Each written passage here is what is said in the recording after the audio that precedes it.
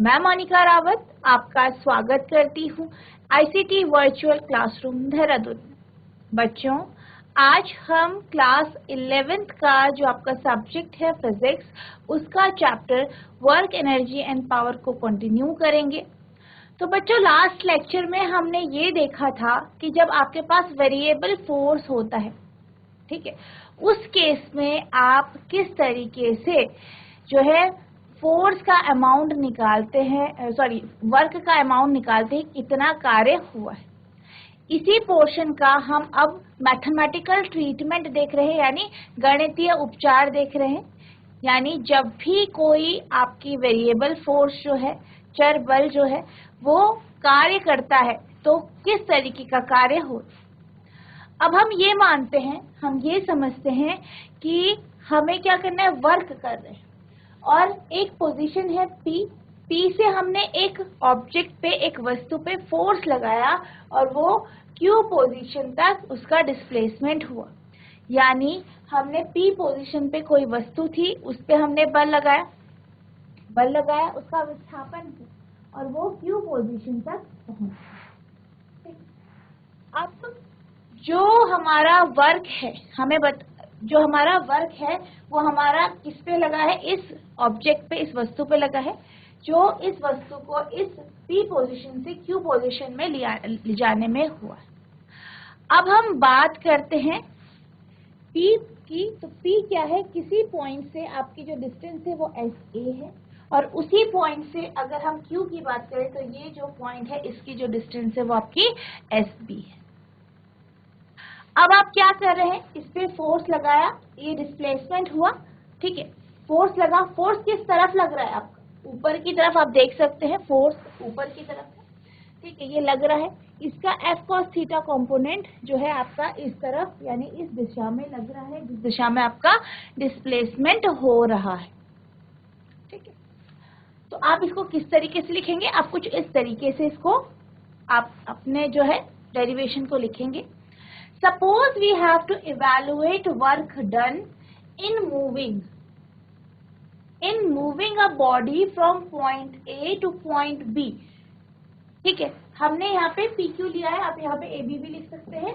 तो हमने क्या किया है, एक पॉइंट A से पॉइंट B तक हम एक बॉडी को क्या कर रहे हैं, डिस्प्लेस कर रहे हैं और इसकी किसी पॉइंट से S1 और SA और SB क्या है, डिस्टेंस है, under the action of varying force. और जो आपका फोर्स है वो कैसा है, वेरिएबल फोर्स है, क्योंकि हम यहाँ पे एक ऐसे फोर्स की बात कर रहे हैं जो कि कैसा है, आपका चर या वेरिएबल फोर्स है। अब हम बात करते हैं कि एक छोटा सा जो हमने कार्य किया है, ठीक है, इसको मूव कराने के लिए वो आपका कितना हुआ है, आप जानते हैं dW बराबर F, इस डिस्टेंस को हमने ds लिया है, तो ये आपका ds, इतना हमने एक कार्य किया है, ठीक है, इस पोजीशन से इस पोजीशन तक इसे लाने के लिए। पोजीशन P से पोजीशन Q तक लाने के लिए हमने कितना कार्य किया है, आपका F डॉट ds, ठीक है। तो ये हमारा क्या है, कार्य है। और आप जानते हैं F और जो आपका डिस्प्लेसमेंट है, दोनों क्या है, आपकी वेक्टर क्वांटिटी है, यानी सदिश राशि है। तो आप इसको इस तरीके से लिखेंगे। तो ये क्या हो गया, आपका कार्य हो गया, वर्क हो गया, ठीक है, स्मॉल वर्क डन, ये आपका F डॉट ds हो गया। अब हम क्या कर रहे हैं, इसको हम इंटीग्रेट करेंगे, क्योंकि हम क्या कर रहे हैं, हम कार्य की बात कर रहे हैं और हमने एक स्मॉल वर्क लिया जो कि आपका P से Q की पोजीशन में था, जबकि हमने इसे A से B की पोजीशन में क्या किया है, डिस्प्लेस किया है। हमने एक स्मॉल पोर्शन ले लिया जो कि आपका PQ है। तो PQ के लिए जो है आपका वर्क ये हुआ, आपने एक स्मॉल पोर्शन के लिए लिया, जैसे हमने पिछले लेक्चर में किया था, एक स्ट्रिप के लिए लिया था। तो इसी तरीके से हमने क्या किया है, इस केस में भी एक स्मॉल डिस्प्लेसमेंट के लिए, विस्थापन के लिए, छोटे विस्थापन के लिए हमने ये वर्क किया। अब हम इसे क्या कर देंगे, इंटीग्रेट कर। इंटीग्रेट कहाँ से करेंगे, SA टू SB, क्योंकि हमें A टू B के लिए लेना है, A से B के लिए लेना है, ठीक है। तो इसके लिए डिस्टेंस आपकी SA और SB हो जाएगी। SA टू SB आप क्या करेंगे, इंटीग्रेट कर देंगे। तो क्या क्या हो रहा है, ऐसे से SB तक हम इसे इंटीग्रेट कर देंगे तो हमारे पास जो है वर्क यानी कार्य आ जाएगा कि कार्य कितना हुआ है। तो आप उसको कुछ इस तरीके से लिखेंगे, W बराबर SA to SB integration SA to SB F dot ds. Now the displacement is 0. The total work done in moving the body from A to B can be obtained by integrating above equation from SA to SB. अब क्या हो रहा है, हमने ऊपर का जो हमारा क्या था, हमने फॉर्मूला निकाला था, इसे इंटीग्रेट कर दिया है। तो ये हमारा क्या आ गया, इस केस में जो हमारा वर्क है वो आ गया है। तो इस तरीके से हम इसका मैथमेटिकल ट्रीटमेंट कर सकते हैं। तो पहले हमने ग्राफिकल ट्रीटमेंट देखा, ग्राफिकल ट्रीटमेंट में देखा किस तरीके से हम वर्क यानी कार्य निकाल सकते हैं। इसके बाद हमने एक जो है मैथमेटिकल ट्रीटमेंट देखा इस केस के लिए।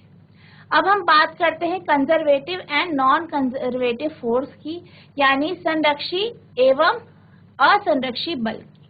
तो अगर हम संरक्षी बल की बात करें, कंजर्वेटिव फोर्स की बात करें, तो बेसिकली ये एक ऐसा फोर्स है, एक ऐसा फोर्स है जिसमें अगर हम वर्क डन की बात करें, कार्य होने की बात करें, तो जो कार्य है वो इस जो ये आपका पाथ है इसके इनिशियल या फाइनल पोजीशन पे डिपेंड करते हैं।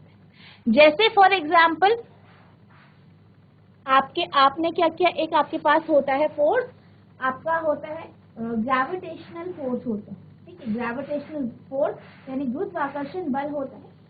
तो हमने क्या किया, कोई हमारे पास एक ऑब्जेक्ट है, यहाँ पे आप देख सकते हैं, कोई हमारे पास कोई वस्तु है, उसको हम क्या कर रहे हैं, एक पोजीशन A से जो है पोजीशन B पे लेके जा, ठीक है। सेकंड फिगर में भी आप देख सकते हैं कि उस वस्तु को हम A पोजीशन से B पोजीशन पर लेके जा रहे हैं, ठीक है। अब पहली जो केस फिगर है इसमें हमने क्या किया, इस ऑब्जेक्ट को, इस वस्तु को सीधे तौर पे यानी स्ट्रेट पाथ में, सीधे पाथ में हम इसको B पॉइंट तक लेके गए। नेक्स्ट केस में हम क्या कर रहे हैं, नेक्स्ट केस में हमने एक इंक्लाइन प्लेन लिया, ऐसे आपके पास स्लोप था और इसमें हम जो है ये आपकी पोजीशन A है, ठीक है, यहाँ पे से हम पोजीशन B तक लेके गए।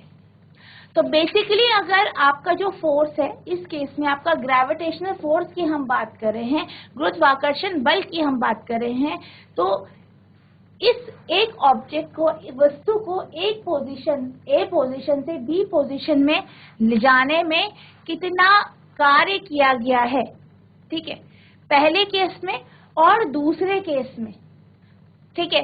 दोनों क्या है, दोनों केसेस में जो वर्क डन है, कार्य जो है वो वस्तु की इनिशियल और फाइनल पोजीशन यानी प्रारंभिक जो स्थिति है और जो आपकी फाइनल पोजीशन है, अंतिम स्थिति है, उसके ऊपर डिपेंड करता है, किसी भी पाथ या किसी भी पथ के ऊपर डिपेंड नहीं करता। यानी आप वस्तु को A पोजीशन से B पोजीशन में अगर सीधे लेके जाते हैं, इस तरीके से इंक्लाइन प्लेन में लेके जाते हैं, या फिर आप किसी सीढ़ी नुमा रास्ते से लेके जाते हैं, ठीक है, इस तरीके से सीढ़ी नुमा रास्ता है और ये पोजीशन है आपकी।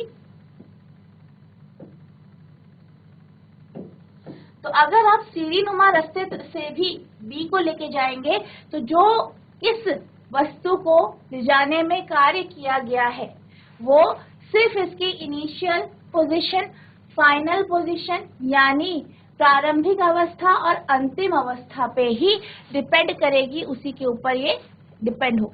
तो ऐसे फोर्सेस जिसमें जो वर्क डन है, कार्य जो हुआ है, वो इनिशियल और फाइनल पोजीशन पे ही डिपेंड करता है, प्रारंभिक और अंतिम स्थितियों पे ही निर्भर करता है, किस तरीके का आपने पाथ लिया है, पथ किस तरीके का लिया है, इस पे डिपेंड नहीं करता है।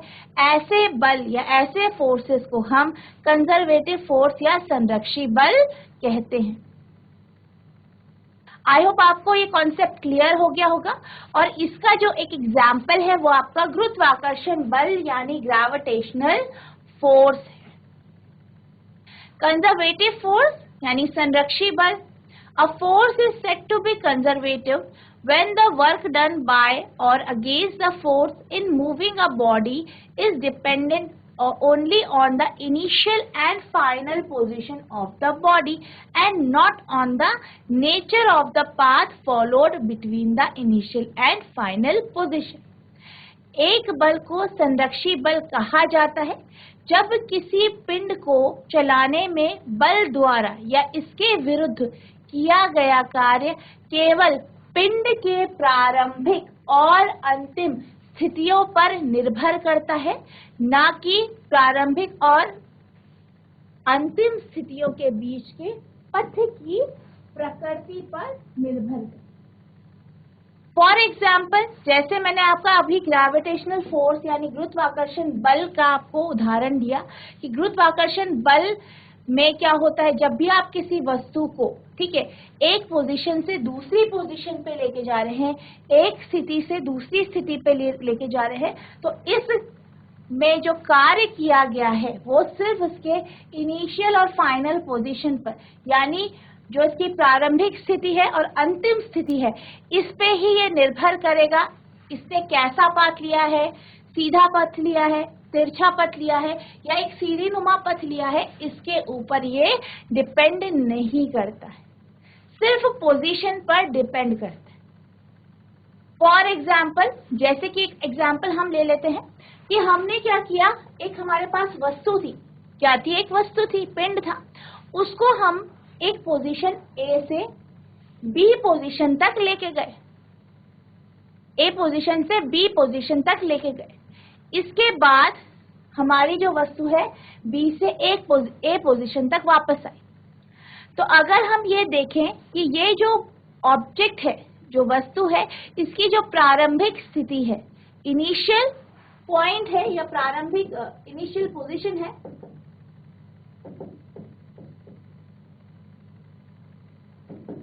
और जो फाइनल पोजीशन है,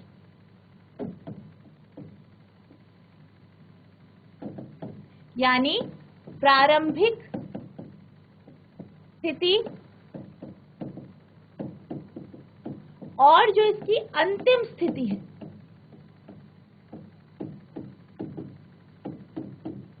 वो क्या है, सेम है, यानी एक है। क्यों? क्योंकि हम उस वस्तु को ए पोजीशन से बी पोजीशन पे लेके गए, बी स्थिति से फिर ए स्थिति पे लेके आए, तो पहली और आखिरी जो स्थिति है दोनों क्या है, आपकी सेम है। इस केस की अगर हम बात करें तो इसमें जो हमारा वर्क होगा वो 0 होगा। क्या होगा? 0 होगा, क्योंकि हम इसे क्या कर रहे हैं, पहली पोजीशन से लेके जा रहे हैं और वापस जो इसकी आखिरी जो पोजीशन है, अंतिम जो स्थिति है, वो भी वही है ए। तो यानी क्या हो रहा है, आपका जो पहली पोजीशन है, प्रारंभिक स्थिति है, अंतिम स्थिति है, फाइनल पोजीशन है, दोनों सेम है। इस कारण इस केस में जो वर्क हो गया आपका वो 0 हो गया। आई होप आपको ये कॉन्सेप्ट क्लियर हो गया होगा। अब अगर हम बात करें ग्रेविटेशन की, तो क्योंकि मैंने आपको बोला कि जब ए पोजीशन से बी पोजीशन पे किसी वस्तु को लेके जा रहे हैं, ठीक है, लेके जा रहे हैं, और आप ये जानते हैं वर्क डन आपने पढ़ा होगा F डॉट ds होता है, ये हमने अभी डिस्कस किया था। F डॉट ds क्या होता है, वर्क होता है। F, अगर हम ग्रेविटी की बात करते, ग्रेविटेशन फोर्स की बात करते, तो क्या हो रहा है, जो आपका ये जो है, जो कार्य हो रहा है वो ग्रेविटेशन फोर्स या गुरुत्वाकर्षण बल के प्रभाव में हो रहा है, ठीक है। तो हमारा यहाँ पे जो F की जो वैल्यू होगी वो आपकी mg होगी। जी आपका, आप जानते हैं एक्सेलरेशन ड्यू टू ग्रेविटी यानी गुरुत्वीय त्वरण होता है, तो इसमें आपकी mg जो है F की वैल्यू होगी। अब अगर हम डिस्प्लेसमेंट यानी विस्थापन की बात करें तो A पोजीशन से हम B पोजीशन पे लेके जा रहे हैं, तो बेसिकली ये क्या है, हाइट है, ऊंचाई है, जिसे आप h से डिनोट करते हैं। तो आपका जो W हुआ वो F डॉट ds हो गया, या mg h हो। यानी अगर हम फर्स्ट केस की बात करें तो आपका जो फॉर्मूला है वो आपका mgh कॉस थीटा होगी। अब आपका जो फोर्स है, बल इस दिशा में लग रहा है, डिस्प्लेसमेंट भी उसी दिशा में हो रहा है, कॉस की वैल्यू 0 होगी, कॉस की वैल्यू 0 होगी, यानी जो आपका थीटा है वो 0 हो गया, एंगल 0 हो गया, क्योंकि फोर्स, बल और विस्थापन दोनों एक ही दिशा में है। तो यानी ये आपके पास हो गया W बराबर mgh cos 0 डिग्री, यानी W की वैल्यू आपकी mgh होगी। फर्स्ट केस की बात करें, ठीक है, ये किसकी बात है, आपकी फिगर ए की बात है। अब हम सेकंड केस की बात करते हैं। किसकी बात करते हैं, सेकंड केस की बात करते हैं। तो अगर आप इस केस को लेते हैं तो आपका फोर्स जो है इस तरफ लग रहा है, ठीक है, डिस्प्लेसमेंट आपका इधर हो रहा है, ठीक है, इस तरीके से आपका क्या है, फोर्स क्या है, फोर्स और डिस्प्लेसमेंट आपका mgh फर्स्ट केस में है। सेकंड केस की अगर हम बात करें, W यानी वर्क डन बात करें, तो W जो है आपका F डॉट ds होता है। अगर F की बात करें, फोर्स की अगर हम बात करें, तो F इक्वल्स टू आपका क्या होता है, mg आप जानते हैं, और जब आपका साइन 90 होगा तो आपका F जो होगा वो mg हो जाए। तो इस केस में आपका mg साइन थीटा होगा, F equals to mg sine theta हो जाएगा। अब हम डिस्प्लेसमेंट की बात कर रहे हैं। डिस्प्लेसमेंट की अगर हम विस्थापन की बात करें तो डिस्प्लेसमेंट आपका ये हो रहा है, इस दिशा में हो रहा है ना, ये C टू B, यहाँ पे आपकी जो ये ऑब्जेक्ट है, वस्तु है, वो मूव कर रही, यानी यहाँ पे आप लिख देंगे CB। आप इसको इस तरीके से लिखेंगे। अब हमारे पास mg है, साइन थीटा CB, CB आपको निकाला है,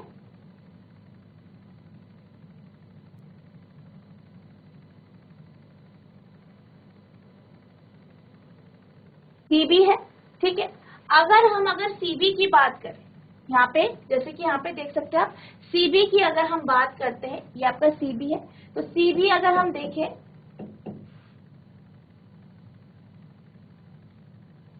CB जो होगा वो आपका क्या हो जाएगा, आपका H अपॉन साइन थीटा हो जाएगा,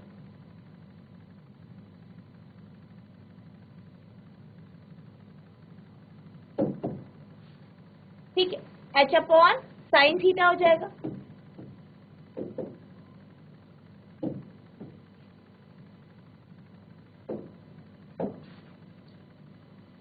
अब आप इसे सॉल्व करेंगे तो ये आपके पास क्या हो जाएगा, कैंसिल हो जाएगा, और आपके पास एक डॉट का आपका कॉस थीटा यहाँ पे बच जाएगा।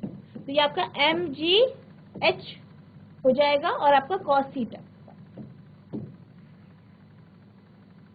अब अगर हम फोर्स और डिस्प्लेसमेंट की बात करें, दोनों क्या हो रहे हैं, एक ही दिशा में है, तो आपका कॉस थीटा जो हो जाएगा वो 0 हो जाएगा, आपके पास mgh जो है बच जाएगा आपका वर्क, क्योंकि आपके फोर्स और डिस्प्लेसमेंट की जो डायरेक्शन हो रही है वो सेम हो रही है, बल और विस्थापन की दिशा सेम है, तो आपका थीटा 0 हो जाएगा। तो सेकंड केस में भी आपका जो वर्क है वो mgh आपका आ जाए। जैसे कि आप यहाँ पे देख सकते हैं, यहाँ पे आपका साइन थीटा कैंसिल हुआ, अब डॉट है तो आपका कॉस थीटा होगा, आपका जो फोर्स है, बल है, और जो विस्थापन है, दोनों एक ही दिशा में है, ठीक है, तो आपके पास mgh आ जाएगा इसका फॉर्मूला। तो दोनों केसेस में आपके पास क्या आ गया, वर्क कितना आ गया, mgh आ गया। चाहे आप एक इंक्लाइन प्लेन की बात करें इसकी, या एक सीधे पथ की बात करें, तो दोनों केसेस में आपके पास सेम mgh आपका वर्क आ गया। इस तरीके से हम इस क्वेश्चन को करेंगे। ये हमारा कंजर्वेटिव फोर्स को हमने वेरीफाई किया, जो आपका क्या होता है, कंजर्वेटिव फोर्स होता है, संरक्षी बल होता है, इसको हमने अभी वेरीफाई किया।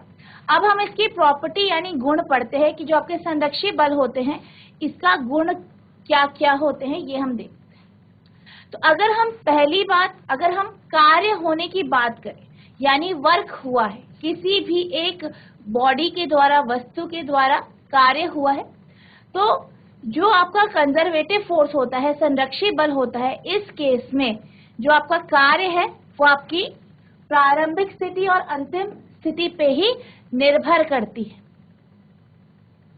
किस पे निर्भर करती है? आपकी प्रारंभिक और अंतिम स्थिति पे।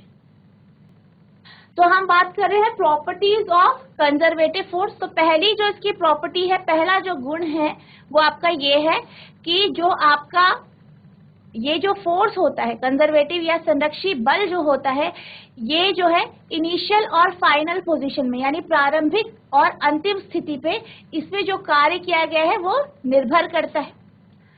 अगर हम बात करें कार्य होने की, ठीक है, कार्य होने की अगर हम बात करते हैं तो वो आपके इनिशियल और फाइनल पोजीशन पे ही निर्भर करता है।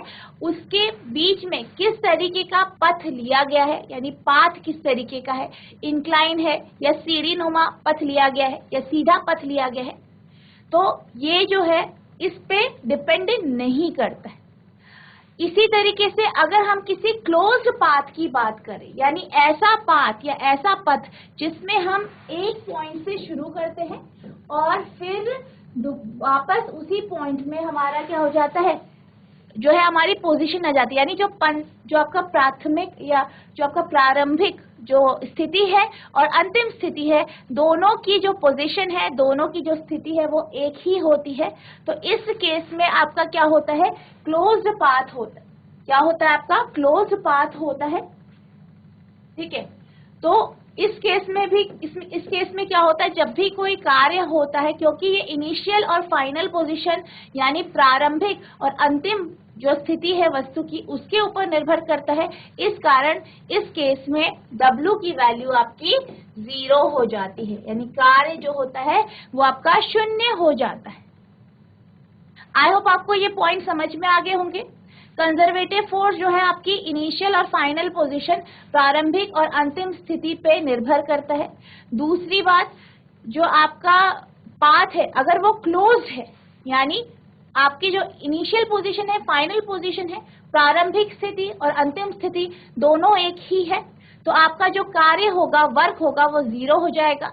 नेक्स्ट जो है, आप किसी भी तरीके का पथ ले, इस केस में जैसे ग्रेविटेशनल फोर्स, गुरुत्वाकर्षण बल होता है, किसी भी तरीके का पथ आप ले रहे, चाहे आपका सीधा है, सीढ़ी नुमा है, तिरछा मिर्चा है, तो आपका जो वर्क होगा, कार्य होगा, वो आपकी प्रारंभिक और अंतिम स्थिति के ऊपर ही निर्भर करेगा। आई होप आपको समझ में आ गया होगा। वर्क डन बाय और against conservative force in moving a body from one position to other depends on the initial position and final position of the body. किसी पिंड को एक स्थिति से दूसरी स्थिति में ले जाने में संरक्षी बल द्वारा या इसके विरुद्ध किया गया कार्य केवल पिंड की प्रारंभिक स्थिति और अंतिम स्थिति पर निर्भर करता है। Work done by or against a conservative force does not depend upon the nature of path followed by the body in going from initial position to final position. संरक्षी बल द्वारा या इसके विरुद्ध किया गया कार्य पिंड द्वारा प्रारंभिक स्थिति और अंतिम स्थिति तक जाने के लिए अपनाए गए पथ की प्रकृति पर निर्भर नहीं करता है।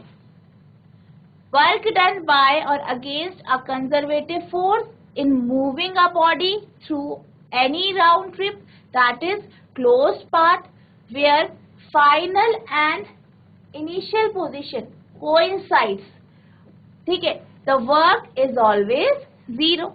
किसी भी गोल यात्रा यानी बंद पथ जहां अंतिम स्थिति शरीर की प्रारंभिक स्थिति के साथ मेल खाती है, कि मध्य से एक शरीर को स्थानांतरित करने में एक जो आपका संरक्षी बल होता है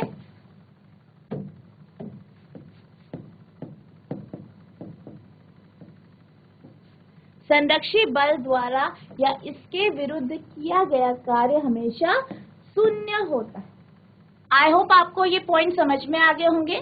जैसे कि मैंने आपको बताया, पहले पॉइंट में ये कहा गया है इनिशियल और फाइनल पोजीशन, प्रारंभिक और अंतिम स्थिति पर जो है कार्य जो आपके कंजर्वेटिव या संरक्षी बल द्वारा किया गया है वो इन दोनों पॉइंट्स पे ही डिपेंड करता है, इन दोनों बिंदु पे डिपेंड करता है, निर्भर करता है। सेकंड, आपने जो है इस फोर्स कंजर्वेटिव फोर्स के केस में आपने किस तरीके का पथ अपनाया है उसके ऊपर जो है कार्य नहीं निर्भर करता, सिर्फ आपकी प्रारंभिक और अंतिम स्थिति के ऊपर ही निर्भर करता है।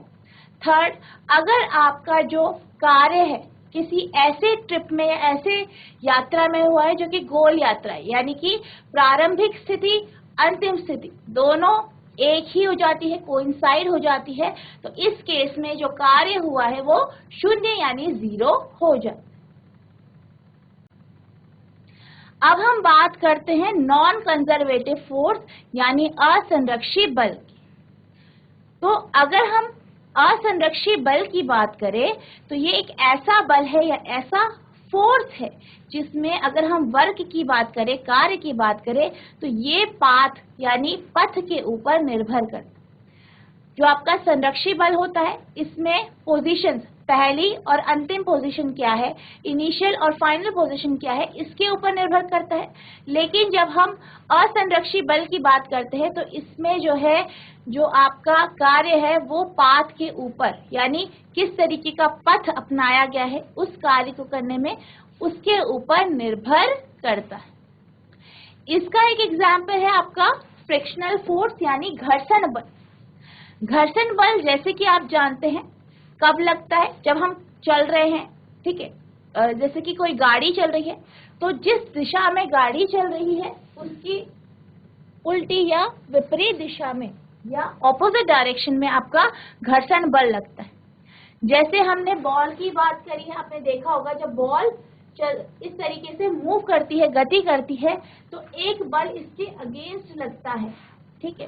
वो क्योंकि आपकी जो सरफेस है वो रफ है, ठीक है, इस कारण एक बल लगता है जो इस बॉल के मोशन को यानी इसकी जो गति है उसे प्रभावित करता है, जिसे हम क्या कहते हैं, फ्रिक्शन फोर्स कहते हैं, घर्षण बल कहते हैं, जो कि इसकी जो दिशा है, जिस दिशा में ये मोशन कर रहा है, गति कर रहा है, उसके ऑपोजिट दिशा में लगता है। तो ये जो है वो आपका नॉन कंजर्वेटिव फोर्स का एक एग्जाम्पल है, यानी असंरक्षी बल का एक एग्जाम्पल। जैसे कि फॉर एग्जाम्पल अगर हम बात करें कि हम क्या कर रहे हैं, किसी गाड़ी से चल रही है, कोई बॉल चल रही है, ये चली इस तरीके से, ठीक है।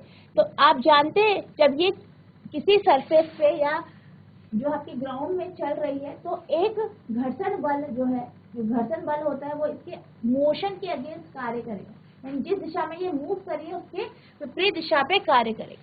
तो ये चली और इसके अगेंस्ट क्या हो रहा है, एक आपका घर्षण बल लग रहा है। अब ये फिर वापस आई और वापस ये अपनी पहली ही स्थिति पे आ गई।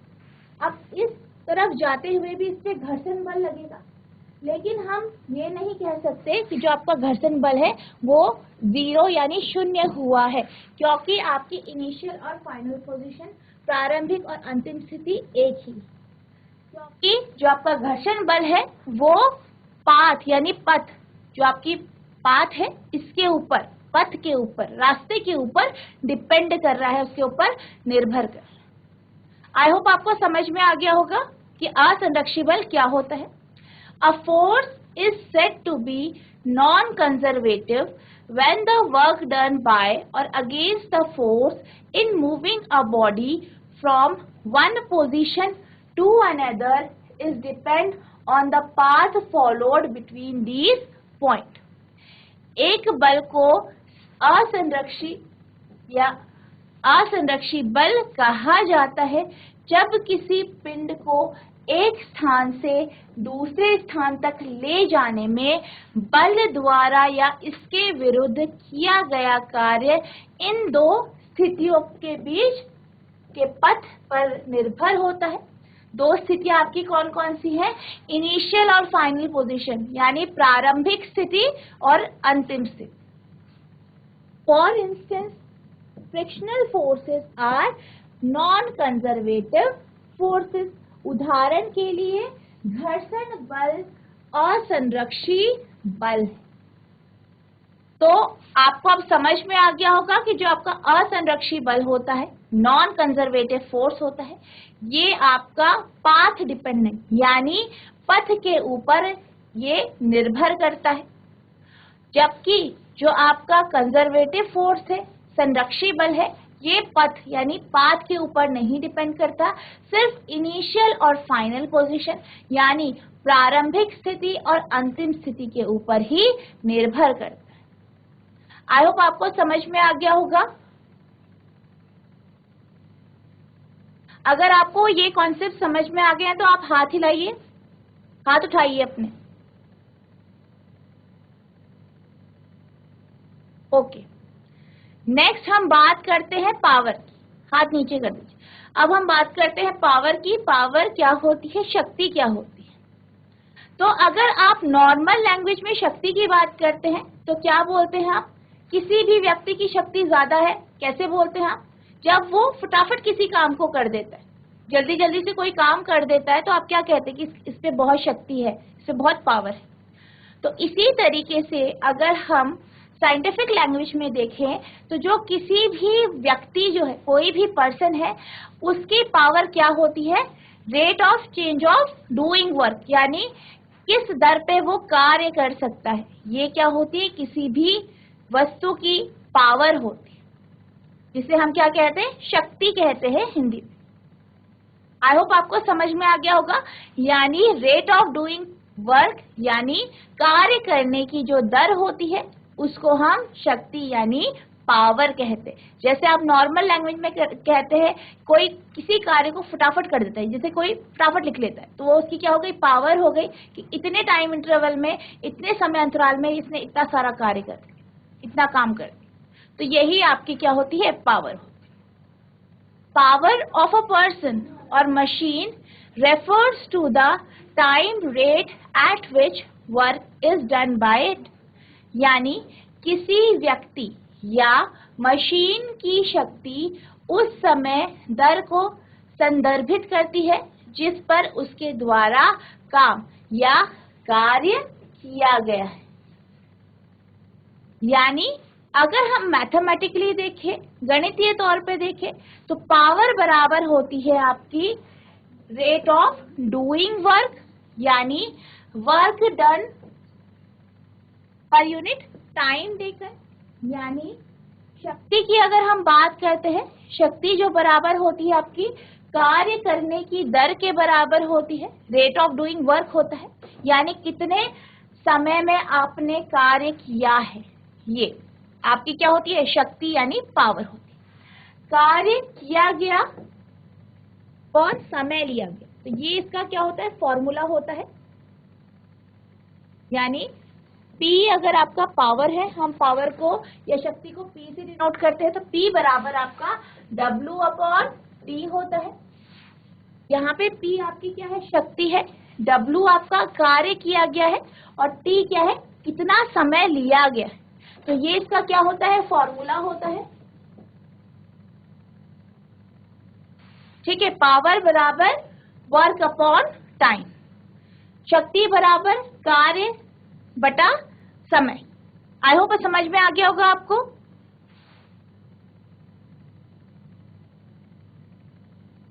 अब हम बात कर रहे हैं, इसको हम और डिटेल में डिस्क्राइब करते हैं कि आखिर पावर को और किस तरीके से आप लिख सकते हैं। अगर हम बात करें पावर की, पावर क्या होता है? किसी भी, कोई भी बॉडी है, कोई भी वस्तु है, वो कितनी तेजी से कोई कार्य कर सकती है, कोई भी वर्क कर सकती है, वो उस बॉडी या उस वस्तु की क्या बताती है? आपकी पावर यानी शक्ति बताती है। यानी power of a body measures how fast it can do the work. शरीर की शक्ति यह मापती है कि वह कितनी तेजी से कार्य कर सकता है। तो हम इसको लिख सकते हैं P बराबर dW अपॉन dt। तो बेसिकली पावर जो है, शक्ति जो है, वो क्या हो गया, आपने जो कार्य किया है, जैसे आपने कुछ मात्रा में कार्य किया है, उस कार्य को करने में कितना आपको समय लगा है dt, तो ये आपका क्या हो जाता है, पावर। अब हम ये जानते हैं कि आप dW यानी छोटा सा जो कार्य हुआ है, dW क्या है, एक स्मॉल अमाउंट ऑफ वर्क, यानी थोड़ी सी मात्रा में कार्य हुआ है। तो dW आपका, जैसे कि आपने अभी पढ़ा है, वर्क यानी कार्य का फॉर्मूला F डॉट ds होता है, यानी dW बराबर आपका F डॉट ds होता है। F डॉट ds यानी फोर्स, बल, डॉट आपका क्या हुआ, ds यानी विस्थापन, यानी थोड़ा सा कार्य करने के लिए थोड़ा सा विस्थापन हुआ होगा, उसके लिए आपने कोई बल लगाया होगा। तो W बराबर, ये dW बराबर F डॉट ds होता है। अब हम क्या करेंगे, dW की जगह इसी को रख देंगे, ठीक है। तो यानी जो हमारा ये है, ये आपका हो जाएगा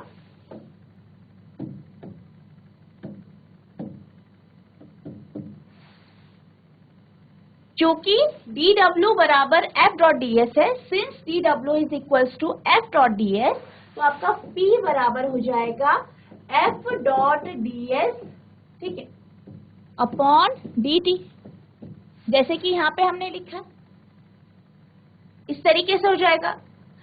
अब आप ये जानते हैं, आपने ये पढ़ा है कि ds क्या है, विस्थापन है, डिस्प्लेसमेंट है, dt टाइम इंटरवल है, थोड़ा सा समय है।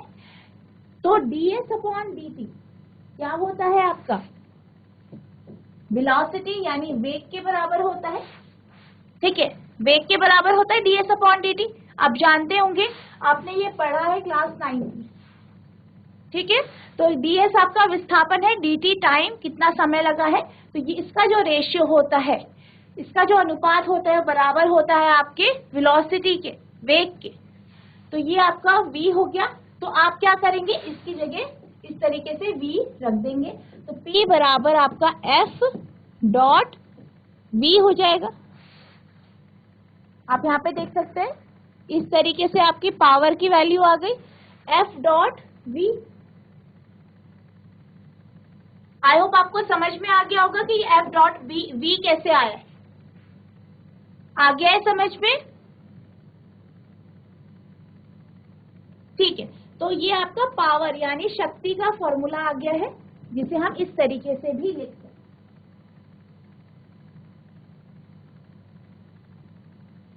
अब हम पावर की डायमेंशन समझते हैं कि पावर की डायमेंशन कितनी होती है। अब पावर जो होता है, P बराबर होता है W अपॉन T के, यानी कार्य बटा समय, कितना कार्य किया गया है इतने समय में, ये आपका होता है।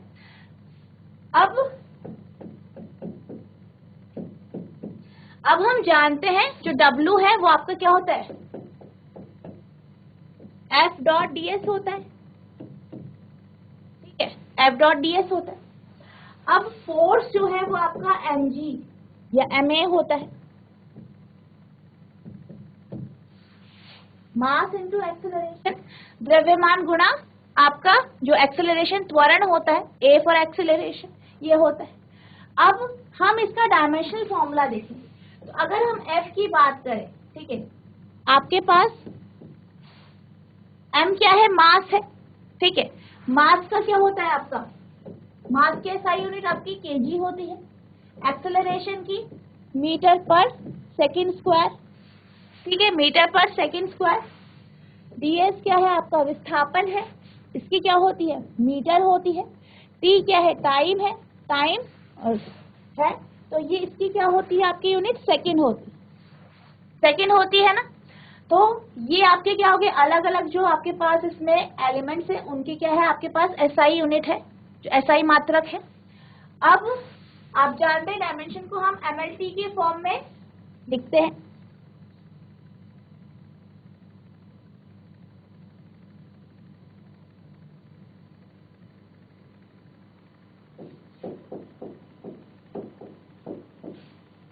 इसको हम MLT की फॉर्म में लिखते हैं इस तरीके से, स्क्वायर ब्रैकेट में। अब पहले m है, m यानी हम मास की बात कर रहे हैं, द्रव्यमान की बात कर रहे हैं।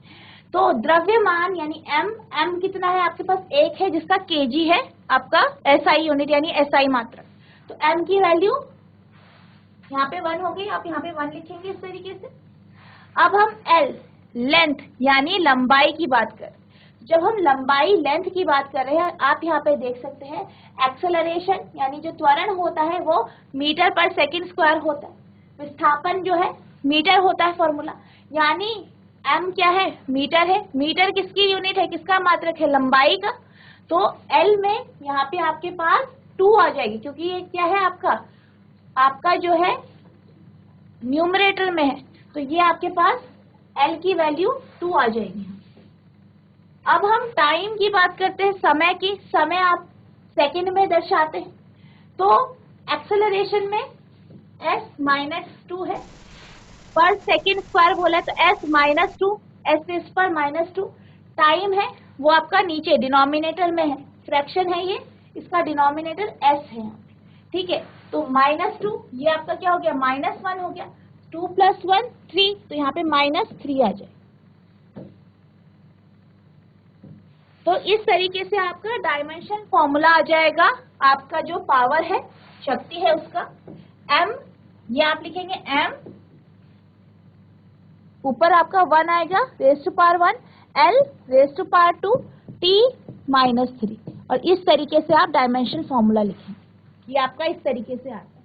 आई होप आपको समझ में आ गया होगा। तो इस तरीके से आप डायमेंशन फॉर्मूला लिखेंगे या निकालेंगे।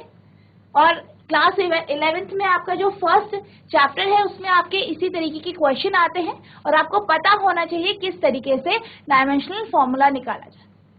तो बच्चों, आई होप जो मैंने आज आपको समझाया आपको अच्छे से समझ में आ गया होगा, और आपको क्या करेंगे, इसको रिवाइज करेंगे घर में। तो बच्चों, आज के लिए बस इतना ही, मिलते हैं आप नेक्स्ट सेशन में। तब तक के लिए thank you and have a nice day.